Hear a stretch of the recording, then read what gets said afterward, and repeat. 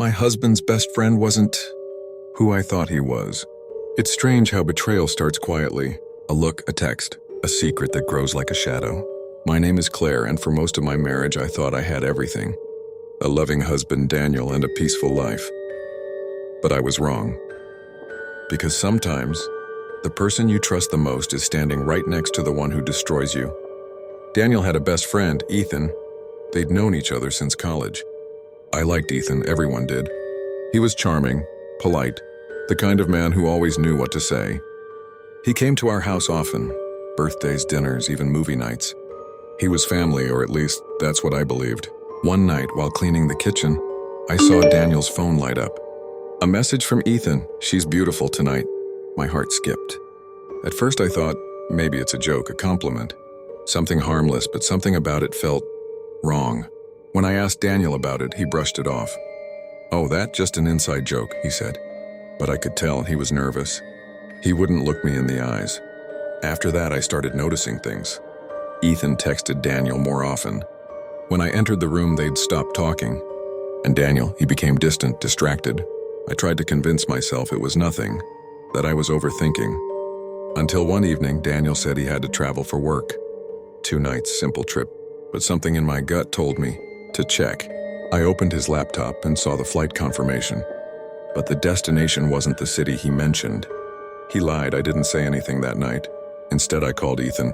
He picked up quickly, too quickly. "Hey Claire," he said, his voice calm.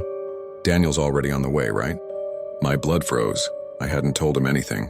"Yeah," I lied, "he just left." "Good," he replied. "I'll be there soon." I hung up and waited. 20 minutes later, a car pulled into the driveway. Ethan stepped out holding a bottle of wine, smiling. "Didn't want you to be lonely," he said. My mind was racing, I played along.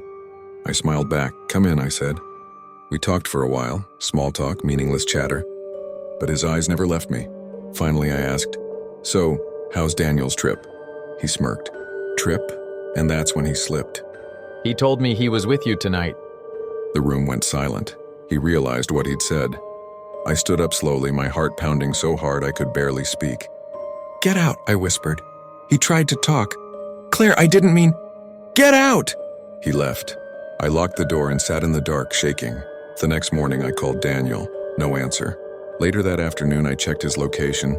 He wasn't out of town. He was at a hotel 20 minutes away. I drove there. My hands were shaking the whole time. When I got to the lobby, I saw them, Daniel and Ethan, sitting together. Daniel saw me first, his face turned pale.